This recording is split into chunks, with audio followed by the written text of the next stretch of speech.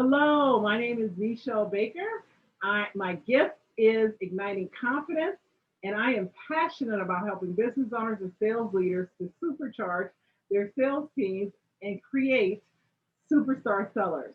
We have been having a conversation about overcoming imposter syndrome, and over the last week or so, I've actually used the word confidence as an acronym to share tips and tools, insights, and information to inspire what it feels like and what it looks like to step in and overcome those feelings that can create imposter syndrome. And one of the things to remind people is that everyone has it. Anytime we do something we've never done before, we have a feeling of imposter. We have a feeling of because it's uncomfortable. I'm uncertain. I'm unsure. I don't know if I'm doing it. Am I doing it right? What do I look like? What are people going to say? We all have that feeling. Now, how do I not let that become a prevalent and overwhelming thought all the time? Is one, I get clear on what I'm doing and why I'm doing it. And secondly, I keep the repetition. I keep doing it with the different mindset instead of trying to be perfect, instead of comparing myself to people outside of me. I actually look at what I'm doing from the inside out. So, having said that, today's letter O is about being an optimistic observer. So, what does that mean, Meshell? Optimistic observer. It means that as I am learning, I am taking the opportunity, like last week I talked about being committed and your willingness to be silly or stupid, right? Am I willing to look silly or stupid? Do I care what other people think? Because that means how that will dictate and illuminate the level of commitment you have around what you're doing and why you're doing it. And then doing it with the optimism and the observing, like, oh my God, not that I suck and I was awful, but oh my God, I learned what not to do. I was just telling someone that today because they are so critical of every step they take and judging whether it's right and I didn't do it right and I got it wrong. And because they're gauging whether it's someone else says something or they're gauging themselves against some idea they made up on their mind what's right. When I actually question a person,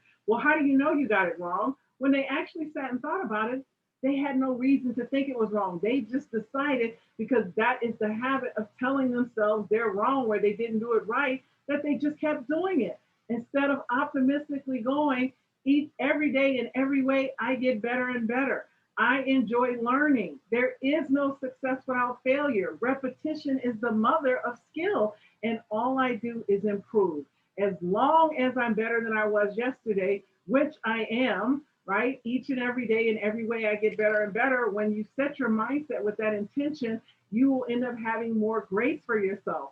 And one of the things that I find is that optimism, yes, I know it's like that positivity and all of that. And every thought you have becomes something. Thoughts become things. Look around you. Everything that you can lay your eyes on when you look past this computer screen and looking at me, and even the phone you look at, was someone's thought. So, what are you thinking about that you're creating?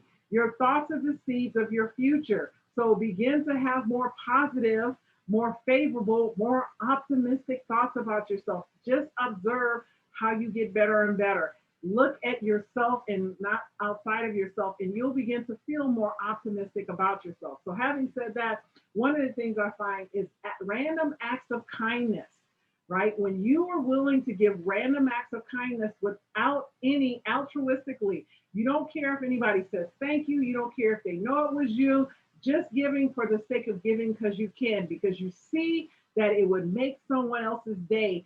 The power of giving random acts of kindness without getting any accolades or recognition that you did it is so powerful because when you're willing to give these random acts of kindness, you're also willing to believe that you can receive them. If you're always doing something either out of obligation or because you think you're going to get something or you think it's the person that's going to open a door for you, then you don't believe. You won't even be able to receive what you're believing for because you won't trust it.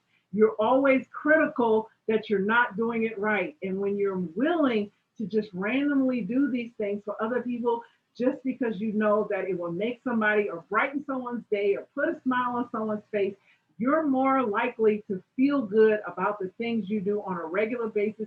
You're more likely to experience more optimism in your life, what you do and how you receive it. So, having said that, Be an optimistic observer. Observe things through the lens that it may not be going the way you want it to go, when in truth, what really actually goes your way.